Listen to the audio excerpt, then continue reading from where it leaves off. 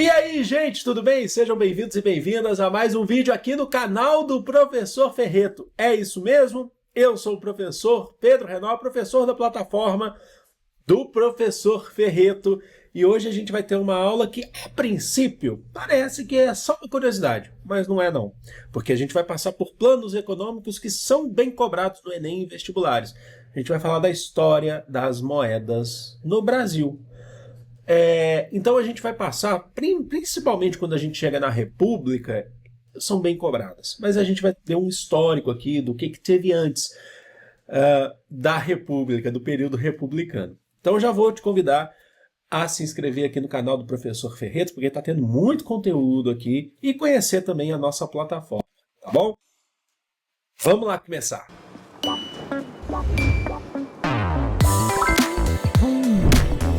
Primeiro, uma parte introdutória aqui para vocês. O Brasil e sua história, desde o período colonial, já contava com uma moeda. Desde o processo de colonização, século XVI, a gente teve várias trocas monetárias, inclusive, a gente vai passar, inclusive, por elas, né? A gente vai passar, na verdade, por todas as trocas monetárias.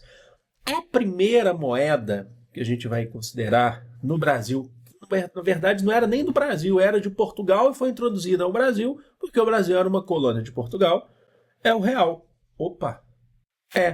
Só que a gente conhece essa moeda muito mais por réis, no plural, tá bom? A gente vai até entender o porquê disso, então vai fazer contos de réis, a gente vai entender aqui. E termina atualmente com a moeda nossa atual, que é o real, do Plano Real, lá desde 1994, o governo de Itamar Franco, pelo ministro da Fazenda, Fernando Henrique Cardoso. A gente vai chegar lá, inclusive tem questões sobre isso, tem questão sobre isso para a gente fazer hoje. Agora, uns pontos importantes aqui para a gente discutir. Muitas vezes, quando a gente estuda a história do Brasil, vocês devem ter percebido, isso aqui é extremamente importante, a gente fala sobre outra moeda, a gente não fala de réis.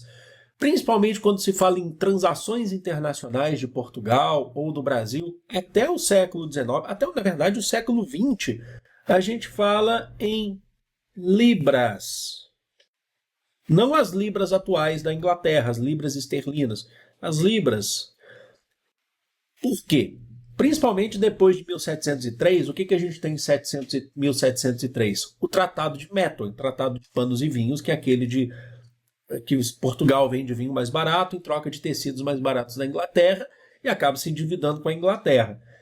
A partir desse momento, Portugal se endivida com a Inglaterra e, consequentemente, o Brasil. Então, muitas das transações internacionais são feitas em libras, mas não só com a Inglaterra, até mesmo porque a libra era talvez a moeda mais forte. A gente não está falando de dólar ainda. Então, até a Primeira Guerra Mundial, as negociações internacionais são feitas em libras. Então, a gente costuma falar, o Brasil teve que pagar não sei quantas libras lá em 1903, no Tratado de Petrópolis, para poder adquirir o estado do Acre e da Bolívia. Então, é em libras, porque era moeda internacional, a moeda forte, a moeda padrão da época.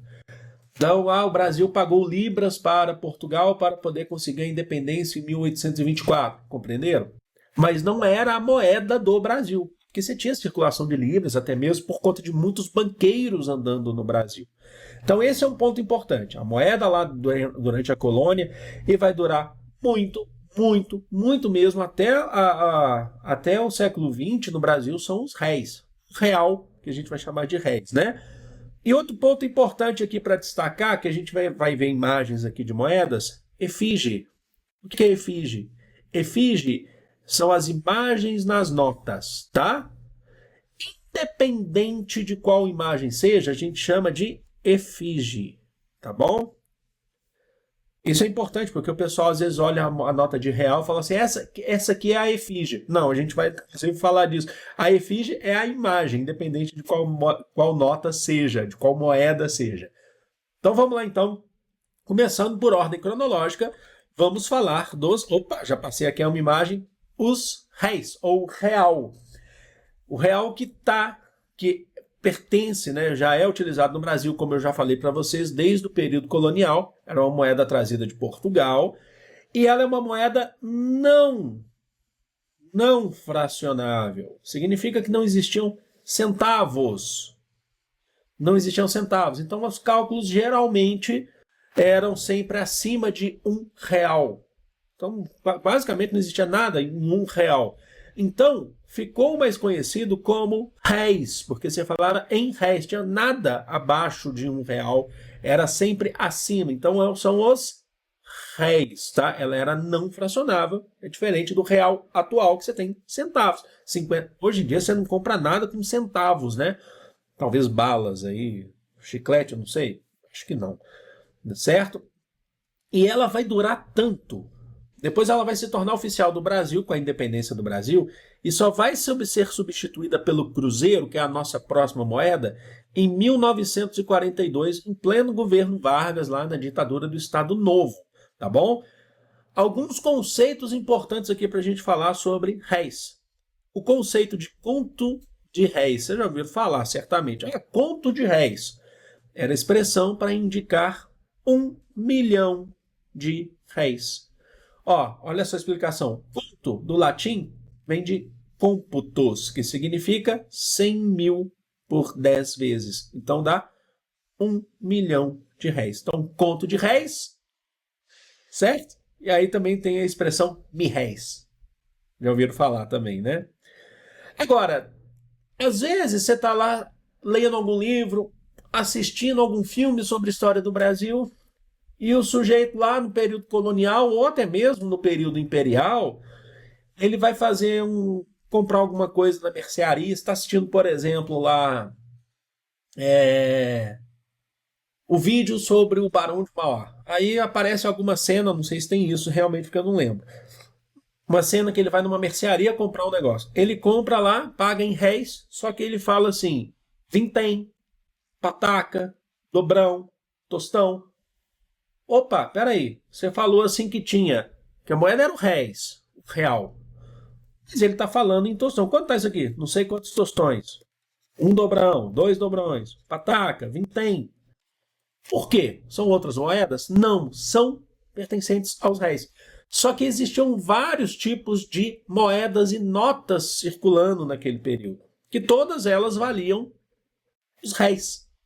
Só que existiam várias moedas, de ouro, de prata, de qualquer outro tipo de material. E aí cada uma dessas moedas tinha um nome, mas elas valiam os réis. Tá? Então, eu sei que tem muita gente que confunde, que às vezes acha isso, e tem muita curiosidade. Então, mas elas valiam os réis. Não sei quantos dobrões, não sei quantos réis, entenderam? Não era moeda oficial. Não era moeda oficial. Pataca, vintém, dobrão. Então, às vezes você tem a mudança. Em determinado período utiliza a pataca, que era de ouro. Depois o tostão, que é de prata. Só dando alguns exemplos. Mas elas são pertencentes aos réis. Então, é o material, é a forma da moeda, por aí vai. Tá bom? O Brasil passou a emitir os réis antes mesmo da independência, tá? Quando foi criada a Casa da Moeda por Dom Pedro II, mas não é Dom Pedro II do Império, porque foi lá em 1694.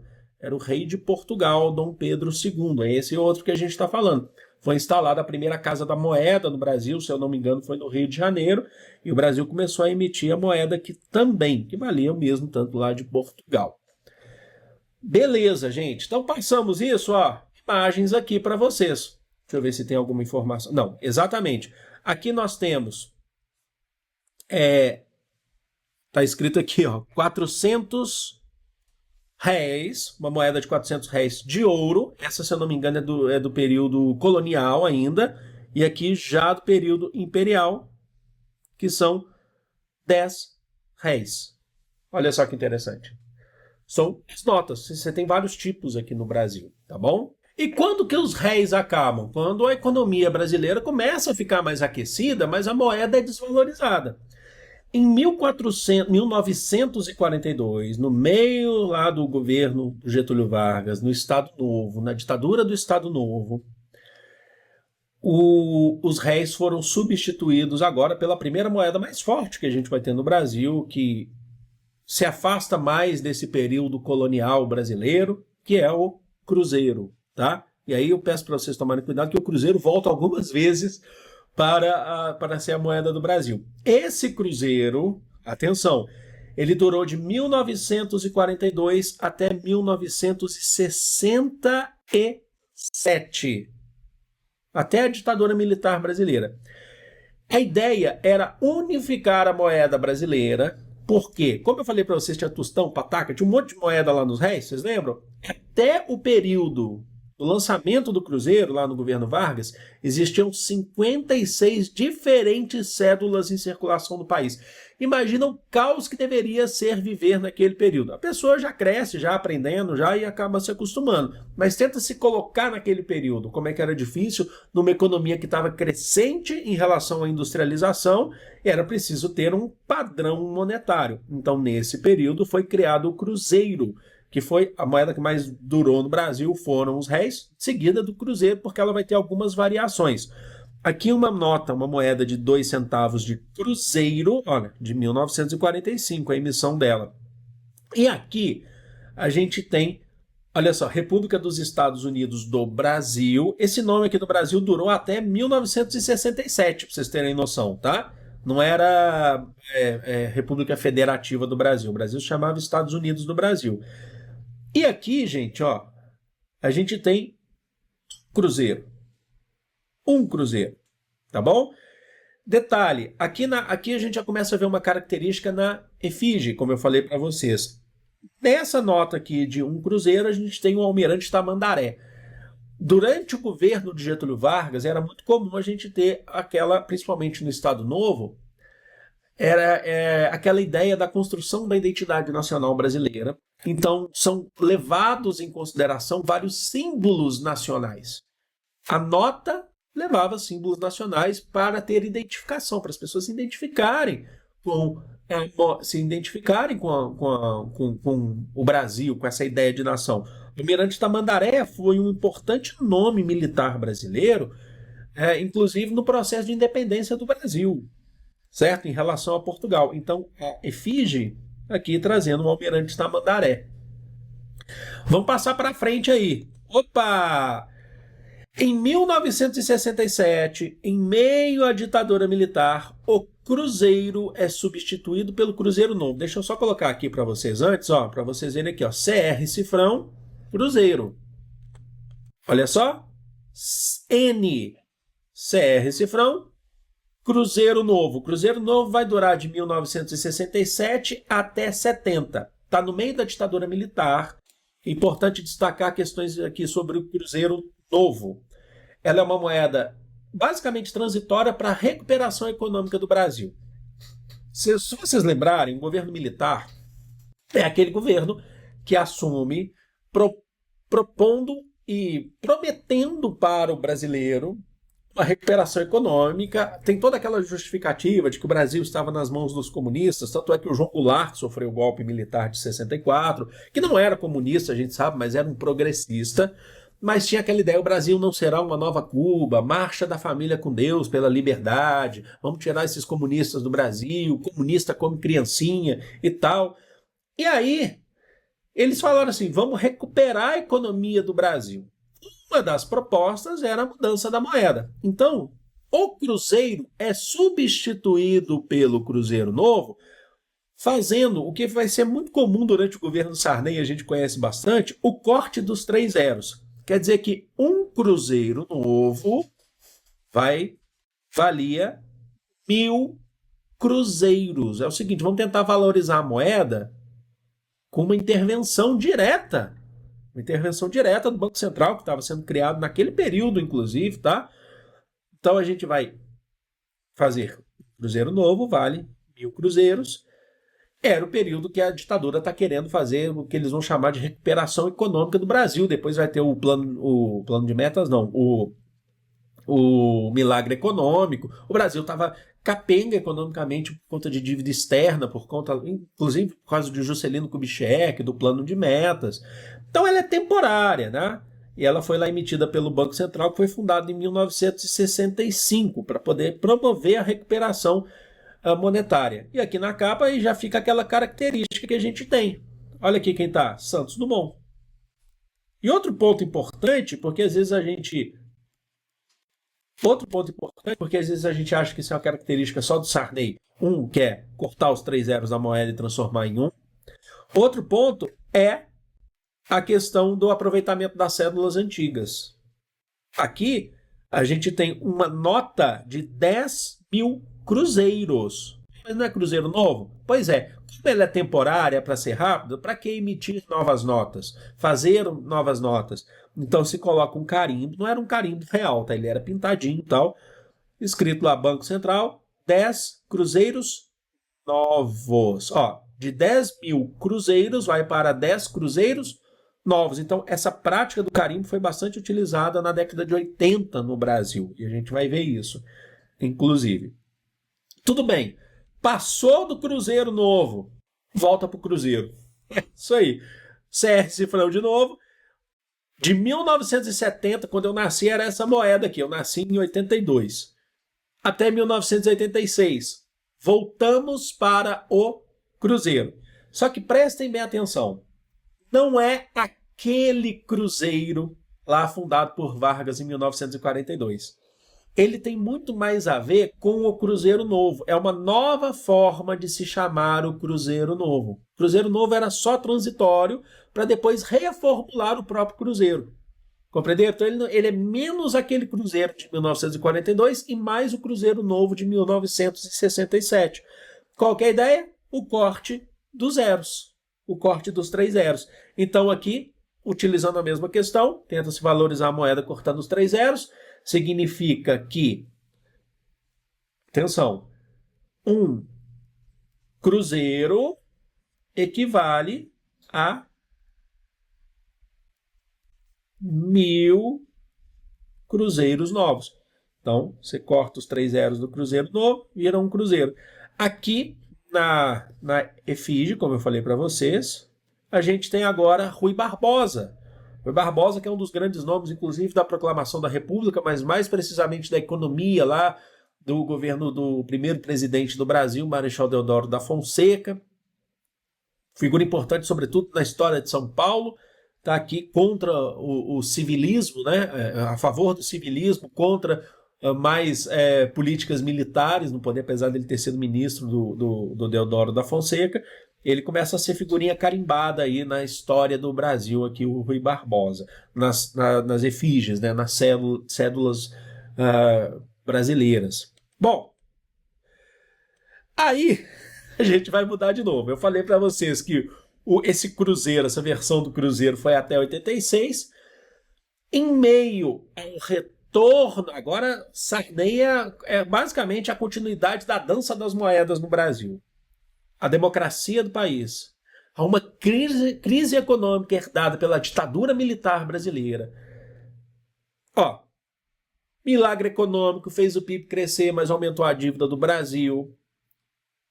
A gente teve também a crise mundial do petróleo de 1973, onde os derivados do petróleo subiram muito no mundo inteiro, e aí o Brasil, que já estava em crise, subiu mais ainda. A crise do petróleo de 79, o pró-álcool do governo Geisel, que incentivou, deu crédito para lavouras de cana-de-açúcar, para a gente poder fazer a extração, a fabricação do etanol, né, o pró-álcool, carros a álcool, tá, por conta da crise do petróleo, mas o governo deu muito incentivo, créditos para a produção, e a dívida aumentou também. Então o Brasil herda uma dívida muito grande. No período do Sarney é um período que eu vivi, né? Eu nasci no final da ditadura, mas eu vivi, assim, apesar de criança, eu lembro. Era um período de hiperinflação, tudo era extremamente caro e subia do dia para a noite, ou em algumas horas, ou até minutos. É aquele famoso período onde o sujeito ia no supermercado, pegava lá o saco de arroz para comprar, e na hora que ele chegava no caixa, já tinha subido o preço. Você não tinha toda essa questão de computação, mas ele falou, peraí, não pode passar não, subiu o preço. O governo tentava controlar isso, fazia os fiscais do Sarney, intervia diretamente na economia, não pode subir preço, porque senão o supermercado vai ser multado. Tentava-se de tudo nesse período. Tentava-se de tudo. Eu lembro de ir com um cruzado, ou depois vai ter um cruzado novo também, que não vai resolver o problema, de ir assim com 500 mil cruzados da padaria para comprar 6 pães, assim, com a minha mãe, sabe? É uma coisa absurda. A moeda era extremamente desvalorizada no país. É nesse período, que não foi aí que surgiu, mas nesse período ficou muito famoso a ideia da compra de mês, que o sujeito vai no supermercado e compra tudo que ele pode para poder passar o mês, principalmente em produtos ali básicos, alimentares. Por quê? Porque ele não quer esperar para ver esse produto subir de preço. Então você compra lá aquele saco de arroz para durar o mês inteiro, os 2 sacos, os 10 quilos de arroz, feijão. Você compra tudo, tirando o supérfluo, tá? É para não deixar você não pagar para ver. Então esse período é pesadíssimo, muita pobreza na história do Brasil.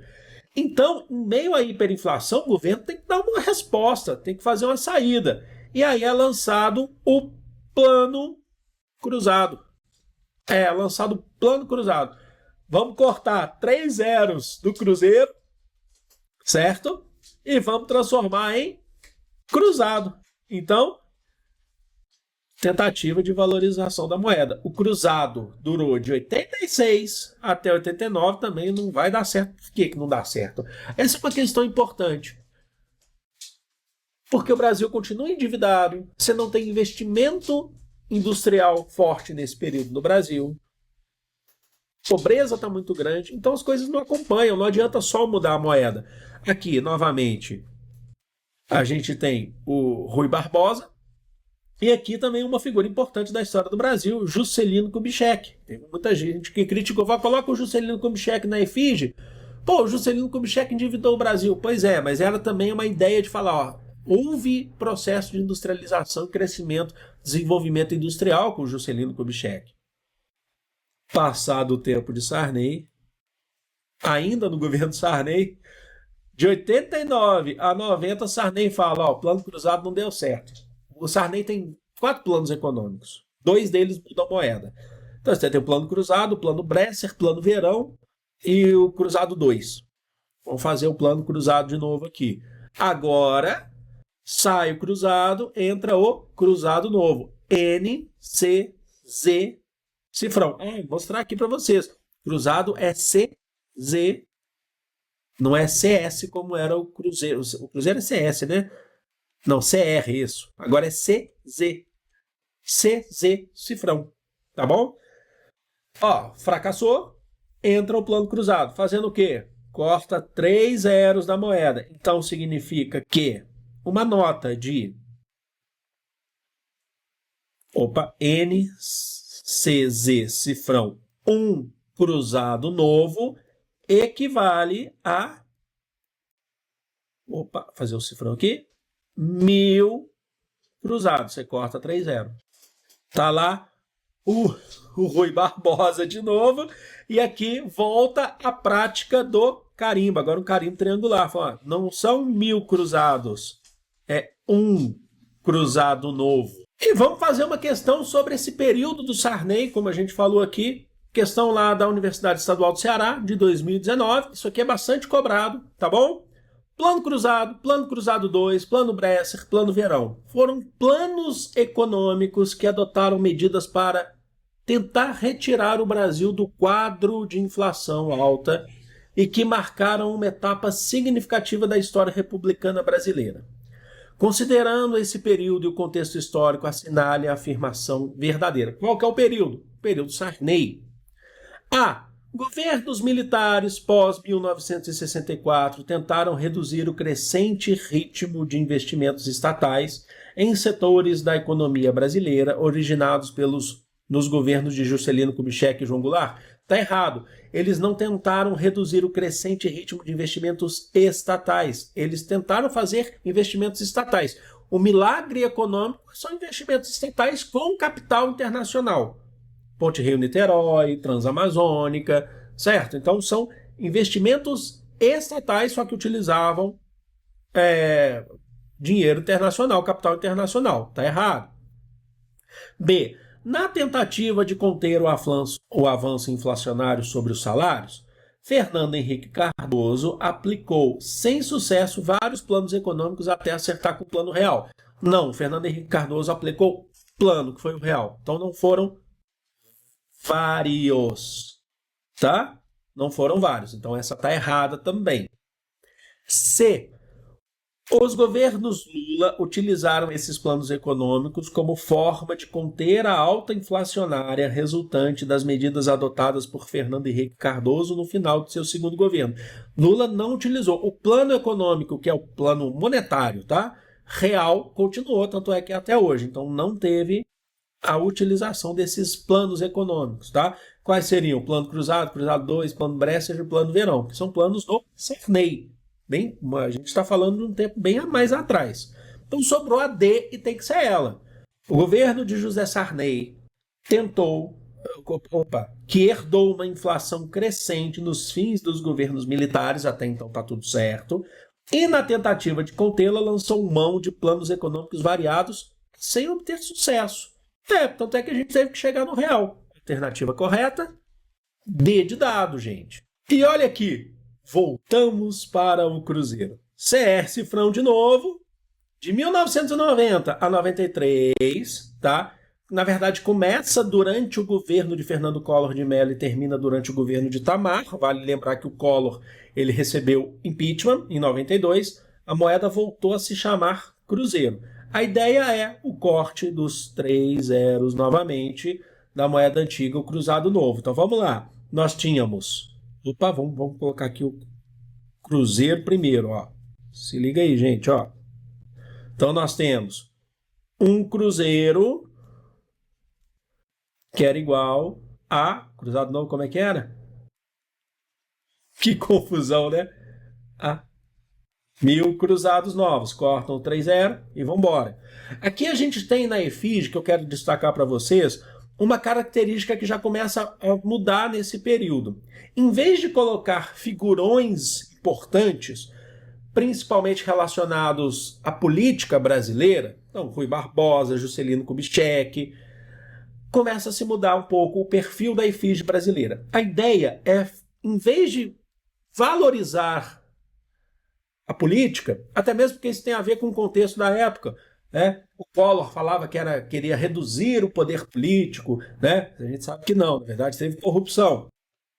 Em vez de colocar figurões políticos, onde as pessoas nem sabiam direito quem era, nem se importavam, na verdade você tinha até ojeriza, né? Aversão a esses políticos, vamos colocar figuras importantes da cultura brasileira. Não significa que isso era só isso, que não tinham políticos, mas começa a se valorizar figuras importantes da cultura brasileira. Então, da literatura que nós temos Cecília Meirelles na nota de 100 cruzeiros e na nota de 50.000 cruzeiros, Luiz da Câmara Cascudo, que foi um musicista, escritor brasileiro, muito importante para a cultura popular brasileira. Então nós temos aqui algumas características que começam a mudar, fazer com que as pessoas tenham mais proximidade com essa questão monetária e, consequentemente, com a política que estava sendo adotada naquele período, compreenderam? Mas essa não foi, o Cruzeiro não foi a última antes do Real. A gente tem o Cruzeiro Real. Opa, agora está se transformando em Real. De 93 a 94, agora em pleno governo Itamar, a gente já tem aqui, inclusive, Fernando Henrique Cardoso como ministro da Fazenda, após o impeachment de Collor, uma recessão pesada, uma crise econômica, mas não era só econômica, era política. Collor foi impeachmentado por corrupção, Paulo César Farias, né? O Itamar Franco ele tenta trazer novos investimentos, recuperar a economia brasileira. Naquele período teve a volta da fabricação do Fusca, uma tentativa de aquecimento industrial da economia brasileira. Entra em vigor o Cruzeiro Real. Não é Cruzeiro novo, tá? Agora ele está mais próximo do Real. A unidade do Cruzeiro Real valia 1.000 cruzeiros. Qual que é a diferença aqui, gente? Ó, prestem bem atenção. O R é maiúsculo do Cruzeiro Real, porque agora ele está dando importância para esse real. Então, um Cruzeiro Real equivalia a 1.000 cruzeiros, corto 3 zeros. E olha as figuras referentes à cultura popular brasileira. Uma trabalhadora e um gaúcho. 5.000 cruzeiros, reais, um gaúcho e uma trabalhadora na nota de 10.000 cruzeiros reais. Então agora você já está se aproximando, tentando se aproximar da figura brasileira. tá? Do verdadeiro trabalhador brasileiro, do que é realmente o brasileiro. Repare então que a nota, ela não é solta, é qualquer coisa, não é. Gente, enfim. Enfim, chegamos no real. Importante citar a nota para as pessoas não se confundirem, para vocês não se confundirem. Antes do real foi o Cruzeiro Real. Professor, mas teve uma outra moeda antes chamada de URV, Unidade Real de Valor. Teve. O RV existiu, mas ela não é considerada uma moeda brasileira oficial. O que era o RV? Era a moeda transitória do Cruzeiro Real para o real. Tanto é que o RV ela não existia em espécie, não existia em nota. A ORV era a cotação, ela era uma moeda virtual. Todos os dias, lá em 1994, você tinha que acordar, você não tinha internet, né? A maioria não tinha. Não tinha, na verdade. Você tinha que ligar lá no jornal, no Bom Dia São Paulo, Bom Dia Brasil, Bom Dia Minas, onde você tivesse. Mas geralmente era no Bom Dia Brasil. Aí eles falavam assim, uma URV está valendo não sei quantos cruzeiros reais. E uma URV está valendo não sei quantos dólares. A ideia era o seguinte, a moeda era o Cruzeiro Real. A URV estava fazendo a transição, a puxada do Cruzeiro Real para o real. No dia que essa URV estivesse próxima do dólar pela cotação, você tinha que olhar a bolsa de valores e tudo, aí o Cruzeiro Real poderia deixar de existir e entraria agora uma nova moeda em circulação que estava sendo fabricada, que era o real. Aí ela começaria a entrar em vigor. Tá? Essa transição é feita lentamente. Tanto é que você tinha ainda, quando o real já estava em circulação, você tinha notas, eles deram prazo, notas de Cruzeiro Real que poderiam circular, você tinha que fazer o cálculo, quanto que vale cada uma. Tá? Aí agora já não é mais cortando os 3 zeros. Vamos entender esse processo. Em 94, então passou a valer o Plano Real, lançado durante o governo Itamar Franco, não é Fernando Henrique Cardoso. O Fernando Henrique Cardoso era o ministro da Fazenda, mas é importante destacar que ele ficou tão famoso por isso, ele era um sociólogo importante já, que ele foi eleito em primeiro turno, naquele ano mesmo, de 94, e depois no segundo mandato dele, foi a primeira reeleição no Brasil, ele foi eleito em primeiro turno muito por conta do sucesso do Plano Real. Então é a moeda até os dias atuais. O real valia 2.750 cruzeiros novos. Então o cálculo é outro, não é aquele corte da moeda. Agora o real está mais ligado ao câmbio internacional. Tá? Tentar, depois de tantas experiências com esse negócio de corte de 3 zeros, não adiantava mais. Então você precisa ligar a moeda internacional, chamar investimento para o Brasil. Só que olha só, o real chegou a equiparar o dólar no começo. R$1 para $1. Gente, era impressionante. R$1 valia muita coisa. Era R$1 para $1. E ele chegou depois a bater. 82 centavos de real valia $1. Chegou a ser mais valorizado do que o dólar. Aí você sabe que os Estados Unidos ficou louco com isso, né? Mas por que isso aconteceu? Por que foi uma moeda forte que conseguiu bater o dólar? Houve um acordo do Fernando Henrique Cardoso com o mercado internacional para mudar a moeda brasileira. Então não foi essa troca só que a gente falou dos 3 zeros.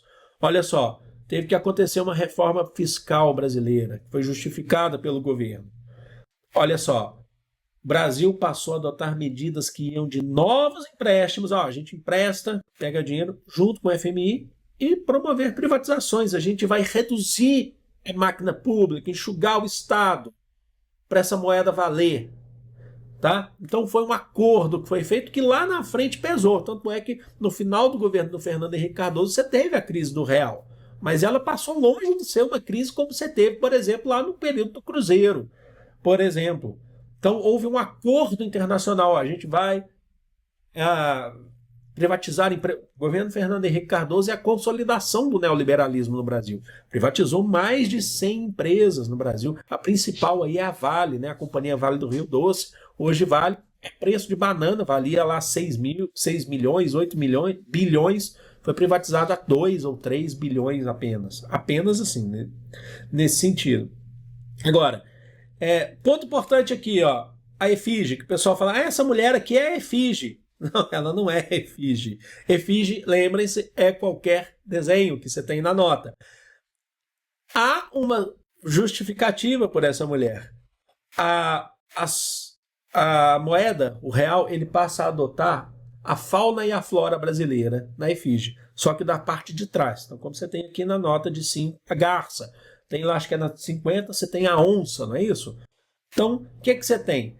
Essa mulher, supostamente se chama Marianne, ou que é aí a junção de Marie e Anne, que vem da Revolução Francesa, que representa os ideais da República. Tá? Ela não chama efígie. Tem muita gente que fala assim, olha a efígie. Lembra da nota de R$1, gente? Não existe mais. Quando elas começaram a circular, novinhas, né? A nota de 2 veio só depois. No começo só tinha 1, 5, 10 e acho que 50, né? Se eu não me engano. E aí você tem a Marie-Anne, né? Ou a Marianne, que vem lá dos ideais republicanos da Revolução Francesa. A efígie é qualquer desenho que você tem, a imagem que você tem. Vamos fazer uma questão sobre? Vamos fazer uma questão sobre. Opa! Questão cobrada no vestibular da Universidade Federal de Juiz de Fora no ano de 2020, sobre essa questão do Plano Real. Analise o texto abaixo. O Plano Real, único programa heterodoxo de combate à inflação que deu certo no Brasil, teria fracassado se não fossem os seus pilares ortodoxos, se não seguisse à risca alguma questão, como a âncora cambial, os arroxos monetário e fiscal. Sua ambição ia além de estabilizar o poder de compra da moeda, pretendia consolidar um novo modelo de desenvolvimento no país, com cores claramente liberais. Então não era só cortar os 3 zeros, é o que a gente falou aqui, o vídeo inteiro falando de moeda sendo cortada ali 3 zeros. Vamos então para o comando da questão.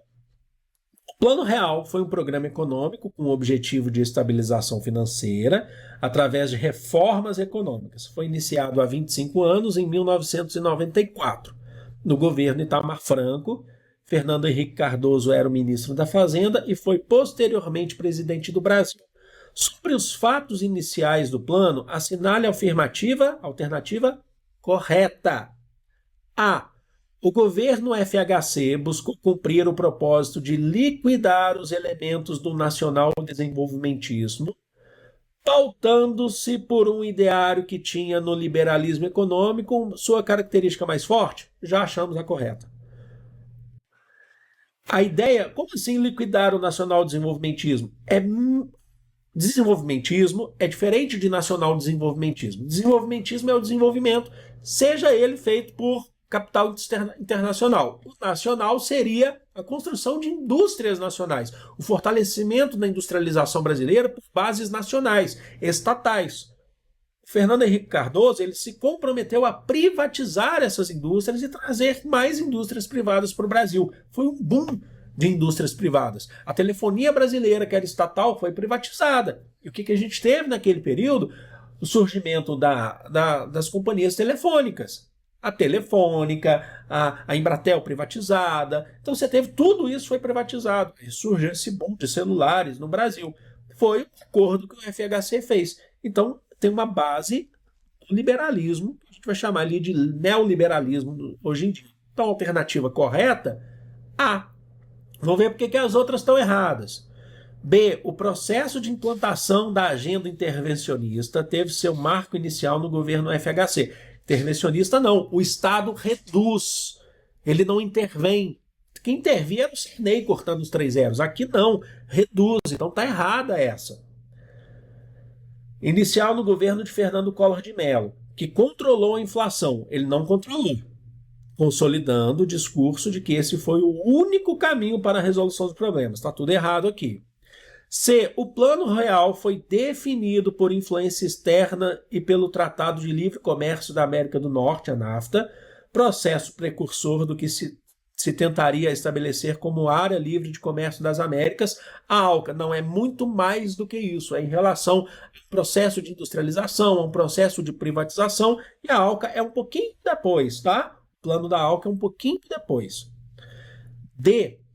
No início da década de 1990, foram eleitos presidentes com agendas desenvolvimentistas na maior parte dos países latino-americanos, sem o compromisso de ajustar as contas públicas e controlar a inflação.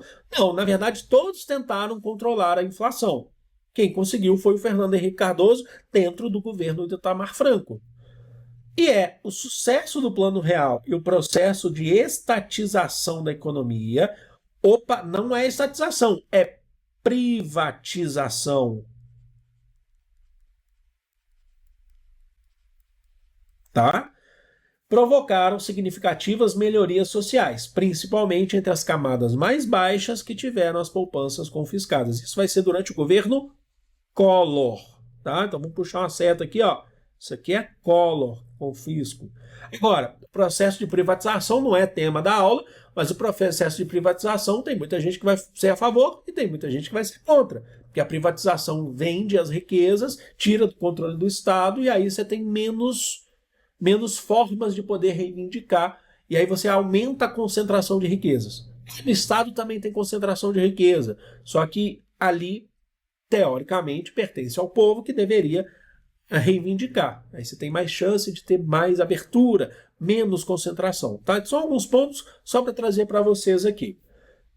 É isso, gente. Eu espero que vocês tenham curtido, eu espero que vocês tenham gostado dessa aula. Foi um prazer fazer, e foi muito bacana aqui fazer esse texto aqui de história das moedas no Brasil. Eu fiquei muito feliz com tudo isso.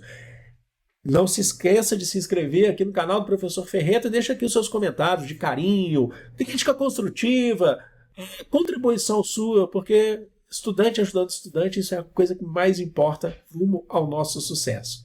Vou ficando por aqui. Amo vocês, gente. Beijo.